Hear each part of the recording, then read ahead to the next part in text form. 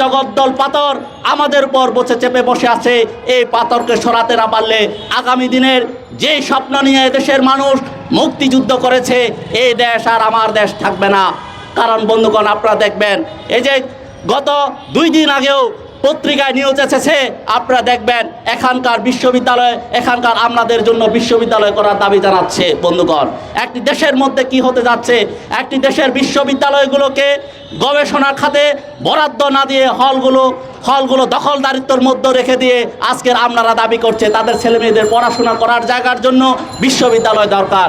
কিন্তু আপনার আমার রিক্সাওয়ালা থেকে শুরু করে শ্রমিক, কৃষক, মেহনতি মানুষের যে ন্যূনতম শিক্ষা পাওয়ার অধিকারের যে জায়গাটা, সেই জায়গাটা তারা ভুলুতীর্ণ করেছে। বন্ধুগণ, সেই ন্যূনতম তার জায়গাটা এখানে নাই। আজকে সরকার জানে এই দেশের শাসন ব্যবস্থা, আমরা এটা মনে করছি এই দেশের শাসন ব্যবস্থা আর রাজনৈতিক দলের হাতে কাছে, আজকের সেই আমাদের হাতে ক্ষমতা আমরা জানি।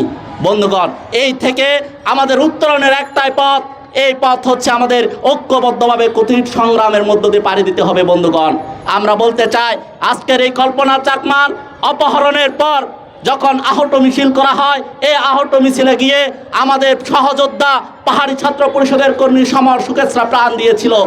এই সমর সুকেশের উত্তর ছড়িয়ে আমরা প্রস্তুত রয়েছি। পার্বত্য চট্টগ্রামের আর কত রক্ত হেলি খেলা খেলবেন?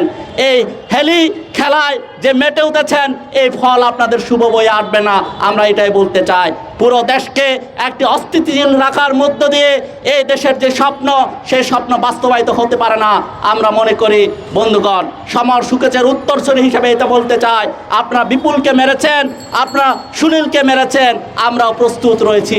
আমরা সবসময় প্রস্তুতিই থাকি। বন্ধুগণ, এই কথা বলে আমরা আমাদের বক্তব্য